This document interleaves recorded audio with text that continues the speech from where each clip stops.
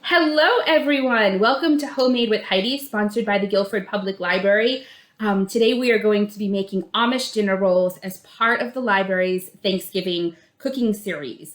I'm super excited to share this recipe with you. I will say I bake a ton, and rolls was something that I just wasn't excelling at until I found this recipe. Stumbled upon this recipe when we started doing a lot more baking back in April when we were in quarantine and we were home, and the kids and I did a lot more baking. But it was also a time when there were some food supply issues, and flour was definitely one of those things that was harder to find, and that I seemed to be going through at a much quicker rate just by being home and doing some more baking. But I saw this recipe. It's called Amish dinner rolls, and I know when the word Amish is involved, it's always going to be amazing.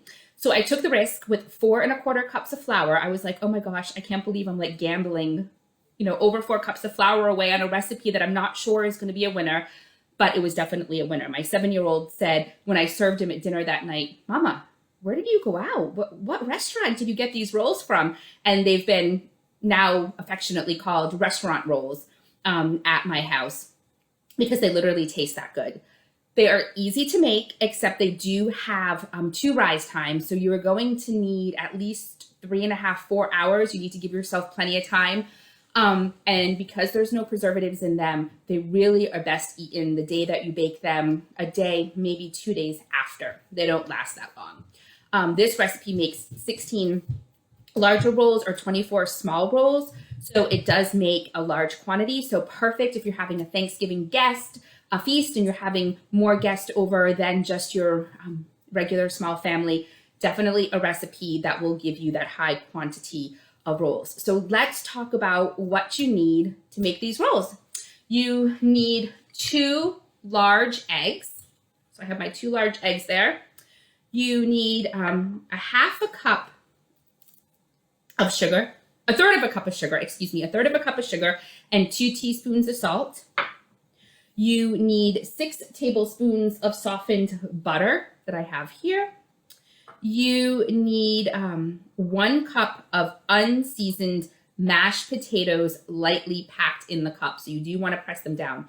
So normally what I do is I usually the night before I'll make mashed potatoes and I will just save out one. A 1/2 cup is usually about 1 small potato, so no seasoning or anything. So scoop out the cup before you go ahead and season your mashed potatoes. And then, I just popped in the oven. Warm up my water. No, perfect. Then you are going to save the water. You need 3/4 cup of water. And what you want to use is the water that you boiled your potatoes in. So when you boiled your potatoes, as you're draining them, save off a 1/2 cup of that water. That's the water you'll use in your dough. And I just need to put this in a better situation because it is burning my hand. I warmed it up a little bit. You want it to be lukewarm so that it will activate that yeast.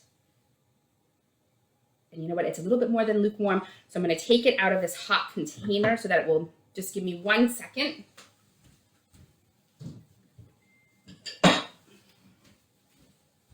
I'm just going to pour it into this bowl. That way it won't be sitting in a hot container.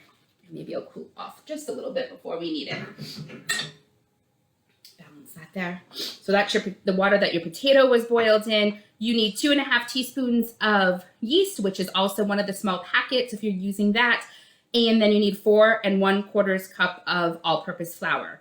I always get asked, can you use wheat flour? And you guys probably know what my answer is now. If I bake something with wheat flour, my children run as fast the opposite way as they possibly can. So I'm not sure. I have not tried it with wheat flour yet. I can tell you with the white flour, it comes out amazing. So what we need to do is we need to knead all of our ingredients together. This definitely can be done in the bread machine. In fact, earlier today, while I was getting dinner and stuff ready, I put all of my ingredients into my bread machine. It made my dough. I kept it in there extra. I did pop it out and bring my dough over to my wood stove to heat it up. So it definitely can be made in your bread machine. The dough, you can put it just in a bowl and mix it and knead it by hand, or you can use your KitchenAid mixer, which is what we are going to do. So let's start with our eggs. eggs in there, 2 eggs.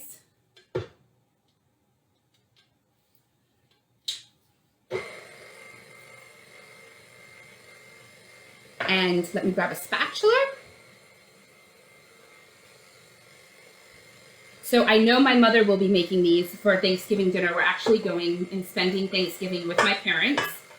In fact, my 78-year-old mother will probably be doing 99.9% of the cooking. That is just her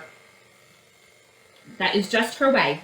Cooking is her thing, and that's what she enjoys doing. So I'm sure she will have these. She has loved this recipe. And what she does with this recipe, I was going to tell you at the end, but I'll just tell you now because we're talking about it, is she adds golden raisins inside of them, and then she makes a white icing, and she puts the white icing on top, almost like a hot cross bun. And that's what they kind of taste like, is like a hot cross bun.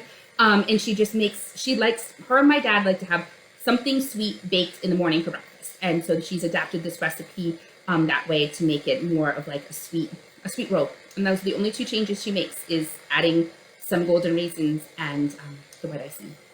But I digress. Sorry about that. So I got my 2 eggs. I have my 6 tablespoons of my softened butter. I'm going to put in my 2 teaspoons of salt and my 1/3 of a cup of sugar. I just have my bread hook on. I am going to put in my 1 cup of mashed potatoes that I have kind of packed in there lightly.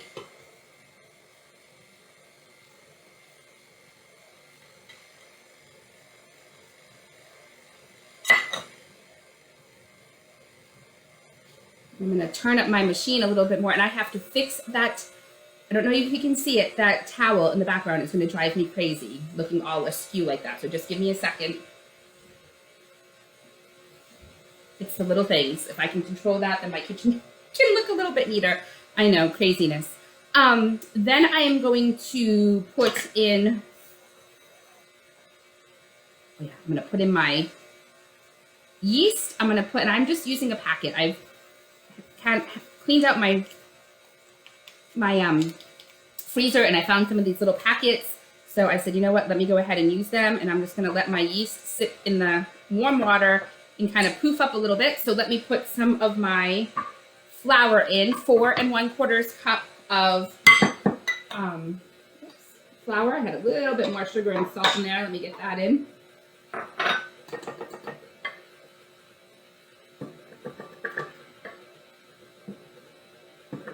These are light, fluffy, airy rolls. They really are amazing.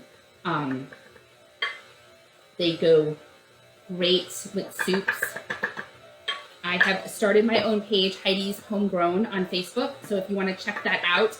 And I was just talking about some soup recipes that are our favorite.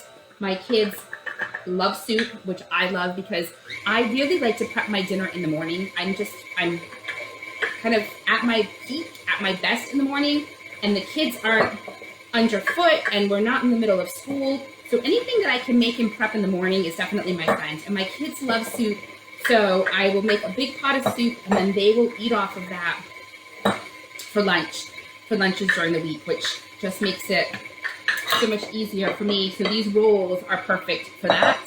And I'm going to put my yeast and my water in. Gonna get my yeast going a little bit more and dissolve it a little bit. The water's lukewarm, so I did heat it up a little bit because I had just saved it from the night before. If you're going to put it into a bread machine, you really don't need to heat it up because that will heat it up as long as I just leave it out on the counter so it's room temperature. But I did want to get it a little bit warmer here. And I think I need to slow down my bread machine. I'm going to put the rest in. Try to get all of that.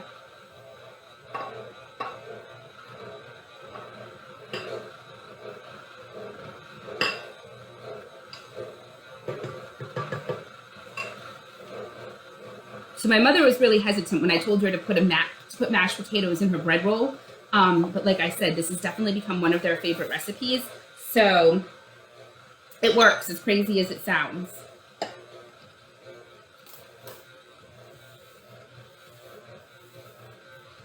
A little bit more sugar there. Alrighty. And we are just going to let that work its magic. This makes a really nice, smooth, silky dough. I love working with this dough. It reminds me of the cinnamon rolls that we made, one of the first recipes, just very smooth dough. So we are gonna just let that hook do its magic and knead it. And after it's kneaded, after it is kind of formed that nice ball around your dough hook, which I'll show you in a minute, you need to let it double in bulk. So I put it inside a grease pan, bowl, and we are back to using our wood stove. It turns back into wood stove season. So I just put it next to my wood stove, and about 90 minutes or so, just let me double check. Yeah, about 90 minutes. About 90 minutes. You want it to double in bulk. So a lot of times what I will do is just put it in a bowl, and I will moisten a tea towel and put that over it, and then I just put it in the warmest part of my house, which for now is over by my wood stove. This looks a little bit wet, a little bit sticky, so I'm just going to add a little bit more flour in. Maybe another tablespoon, just to kind of get it away from the walls of the bowl and onto the bread hook. Great. Now it's all on that bread hook, and it's making a nice round ball of dough.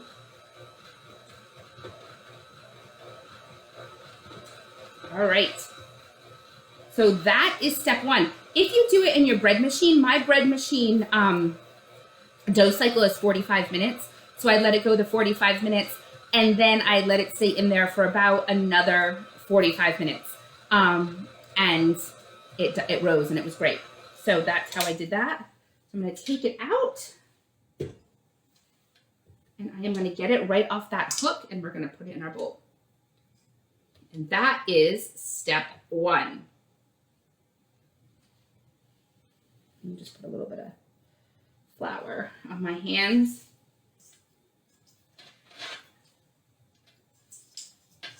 Get it out of there. It's definitely at this point a sticky dough, so you definitely want to get some flour on your hands to make it a little bit more manageable.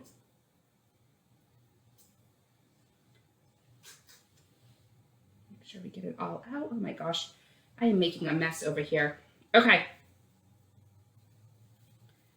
Get a little bit more flour. There we go. And I'm just going to knead it a little bit more. Just get it into a nice, here so you can see, a nice ball.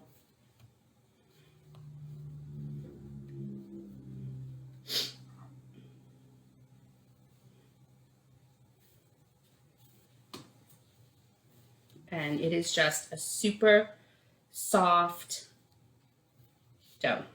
Okay, and it just needed that little bit of flour. It was wet, and it just wasn't going to cooperate with me. So I am going to take it. I'm going to put it in my bowl. Oops. And I'm going to cover it with a damp tea towel. I'm going to find a warm place in my house. Oops, excuse me. Warm place in my house. Cover it 90 minutes. You want it to double in bulk. Okay. So I will get what I need earlier.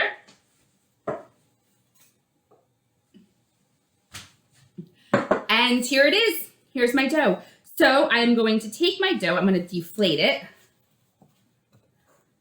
And I'm going to get a little bit more flour on my hands. And I'm going to deflate it, and I'm going to take it out of my bowl. And this is a good time. My kids love to be a part of the process, so this would be a good time to get them to be a part of the process. And you need to decide, are you going to make 16 or are you going to make 24 rolls?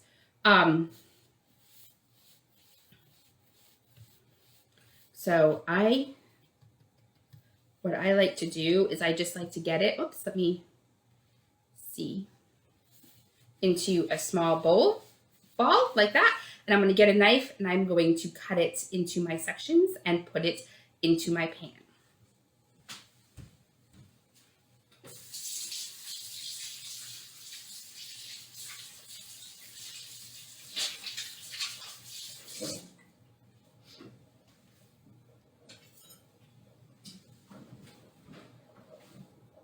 So you bake this actually in a 9 by 13 pan that I have just greased with some butter. And I am going to divide up my dough and roll it into balls and put it into my pan. So I usually just divide my dough in half.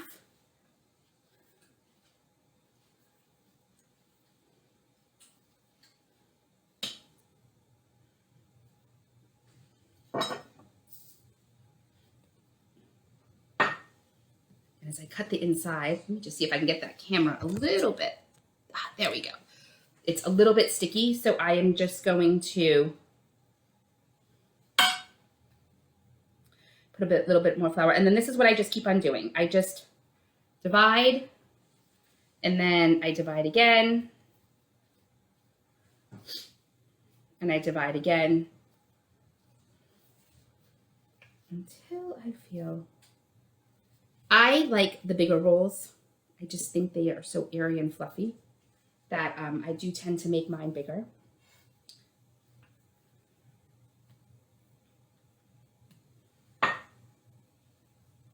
On my Heidi's Homegrown page earlier this morning, I showed you how to make homemade vanilla. So as everyone's kind of getting ready for their holiday baking, definitely vanilla is one of those things that we go through a lot. It obviously will not be ready for you to use during this baking season. It takes a minimum of 8 weeks. I really like mine to go 3 months for making, but definitely one of those fun things, a fun project, and you could, even do it with the kids and have it sit there and check on it and then have it. So let me see how many I have. 1, 2, 3, 4, 5, 6, 7, 8, 9, 10, 11, 12, 13, 14. These are kind of big.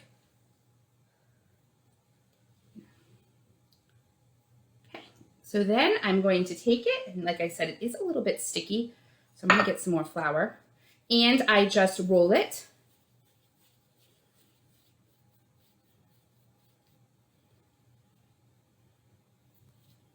And I'm going to place them in the pan, and I do 2 across.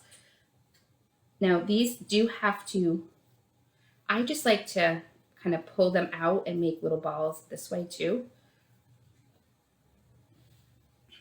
You are going to need some flour to work with, or else your hands are going to get sticky. These are going to rise.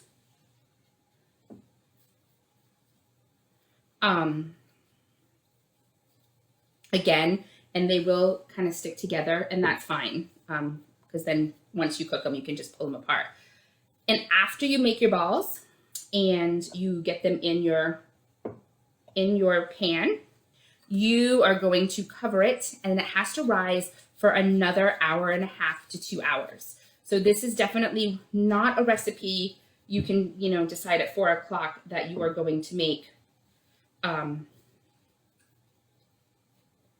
that you're going to make for dinner that night. It definitely has to kind of be started at around lunchtime to have the time, because you need a 90-minute, and then you need your 1.5 to 2 hours.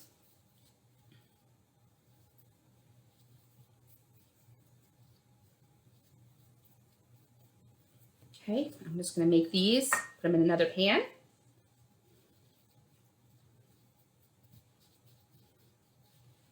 And let's see how many I got. So I got 8,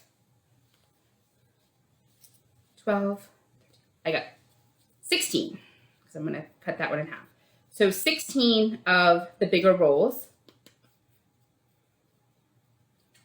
which is just, it's a nice size. It's a nice generous roll. And my kids are carb lovers, so this will make the perfect nice size roll for them. And this just makes such a nice roll to have, like I said, with soups or chilies or stews, which we do a lot of that, and homemade breads in the wintertime. So let me clean off my hands, and you are going to take your plastic wrap,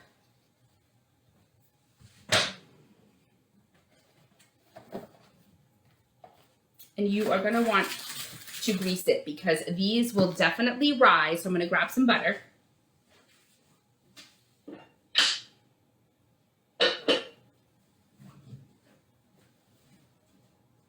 These will definitely rise and touch the top of the plastic wrap.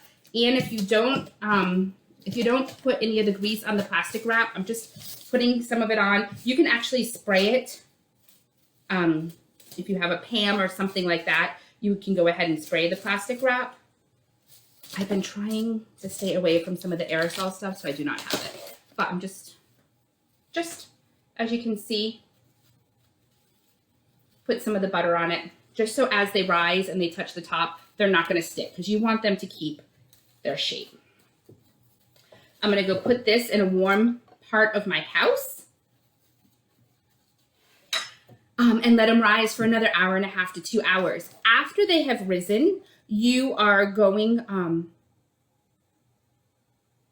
they're going to get quite puffy and they're going to get bigger and they're going to touch each other, and that's totally fine.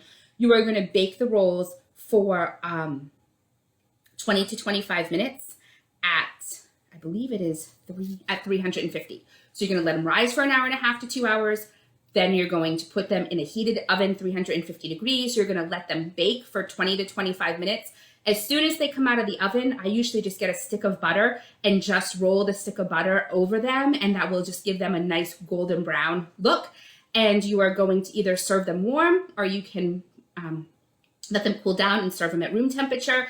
They do need to be wrapped well. They will last a couple of days if they're properly wrapped. Or you can go ahead and you can put them in the freezer as well and freeze them. Because like I said, especially if you're just making them, they do make quite a bit. So if you're, a family of 2 or even a family of 4 and you won't get through them in a couple of days, they definitely can be saved. I apologize for not baking any, but at this point, I'm already going to have 32 rolls. So if I would have done one more to have a final product, it would have been 48 rolls. And we're heading out of town tomorrow, so it would have just been a little bit crazy. So I will post the picture of what they look like when they come out of the oven in the comments so you can see the finished product and see what they look like. And happy baking. I hope everyone has a wonderful Thanksgiving. I know it's been a crazy year, but I know if we really look closely at our lives and search deep in our hearts, we all have many blessings to be thankful for. And we're just focusing on that at our house, focusing on the positive and all the wonderful blessings that we have to be thankful for during these crazy times.